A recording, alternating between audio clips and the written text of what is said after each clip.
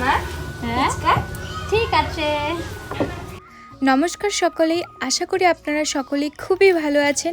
আজকে আপনাদেরকে একদম দোকানের মতো কি করে পারফেক্ট ফুচকার জল আর ফুচকার আলু মাখতে হয় সেটাই দেখাবো। আপনারা সকলেই কমেন্ট করে খুব বলছেন যে দিদি তুমি কি বলতে পারো না?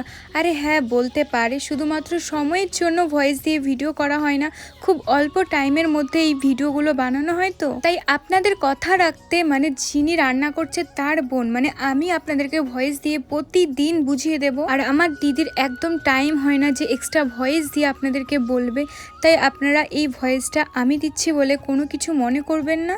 যাই হোক, আপনাদের ফুচকার পুরো জল রেসিপিটা এবার বলি। প্রথমে এখানে আমরা গাছ পাকা তেঁতুল নিয়েছি, তেঁতুলটা ভালোভাবে জলের সাথে গুলে তার মধ্যে দিয়ে দিয়েছি চিলি ফ্লেক্স, সবকিছু একসাথে গুঁড়ো করে নেওয়া ভাজা মশলা, নুন আর গন্ধরাজ লেবু। এই গন্ধরাজ লেবু দিয়ে ফুচকার জলটা বানানো হয় না, এতটা পরিমাণের গন্ধ আর এতটা পরিমাণের টেস্টি হয়। আর তেঁতুল জলটা খেতে আরো সুন্দর হওয়ার জন্য তার উপরে দিয়ে দেবো গন্ধরাজ লেবু স্লাইস, ধনেপাতা কুচি আর লেবু পাতা, সবকিছু একসাথে মিশিয়ে নেব। আর আপনাদেরকে একটা কথা বলতে চাই, এই টক জলটা দেখতে পাচ্ছ না, এটা যে দোকানের থেকেও কতটা পরিমাণে খেতে টেস্টি হয় শুধুমাত্র বাড়িতে বানালেই বুঝতে পারবেন। সো আপনাদেরকে একটাই রিকোয়েস্ট করছি, এই টক জলটা বাড়িতে বানাবেন আর খাবেন কেমন হয়েছে। যাই হোক, ফুচকার জন্য তো ফুচকার জলটা কমপ্লিট। এবার আলু মাখা, এই আলু মাখাটা আপনাদেরকে একদম দোকানের মতোই বানিয়ে দেখাবো। তার জন্য এখানে সেদ্ধ আলু নিয়েছি, আলুটা হাত দিয়ে ভালোভাবে ম্যাশ করে তার মধ্যে দিয়ে দিয়েছি আগের দিন ভিজিয়ে রাখা কাঁচা ছোলা, শসা কুচি, পেঁয়াজ কুচি, কাঁচা লঙ্কা কুচি, ধনেপাতা কুচি আর গুঁড়ো মশলার মধ্যে নিয়েছি ভাজা মশলা, নুন আর সবকিছু দেওয়ার পর শেষে দিয়ে দিচ্ছি টক জল। আর এই টক জলটা দিয়ে আলু মাখা কি বলবো, মানে আমার জিভে এখনই জল পড়ছে। আচ্ছা, আপনাদের কি হয় এরকম ফুচকার কথা শুনলে মুখে জল আসে?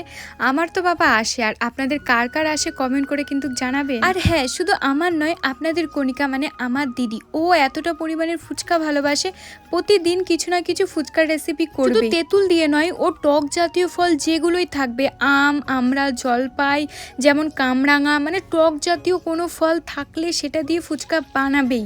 আর এই রেসিপিগুলো যদি আপনারা দেখতে চান তাহলে অবশ্যই কমেন্ট করে জানাবেন। বিশেষ করে টক কামরাঙা, এই টক কামড়ার রস দিয়ে যে ফুচকার জলটা বানায় না, এটা টকের কি বলবো, মানে তেঁতুলের জলের থেকেও টেস্টি হয়। মানে আমি বলতে যাচ্ছি আর জিভে জল পড়ছে, কি করবো বল। আর এখানে দেখতেই পাচ্ছ রাঁধুনি আর রাঁধুনির ছেলে মেয়ে দুজনের ফুচকা খাওয়া স্টার্ট করে দিয়েছে।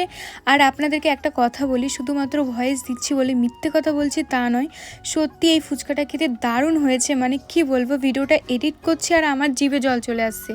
তাই আপনাদের কাছে একটাই রিকোয়েস্ট, এই ফুচকার জলটা বানিয়ে বাড়িতে খাবেন আর কমেন্ট করে জানাবেন কেমন হয়েছে। দেখা হচ্ছে পরবর্তী রেসিপি নিয়ে।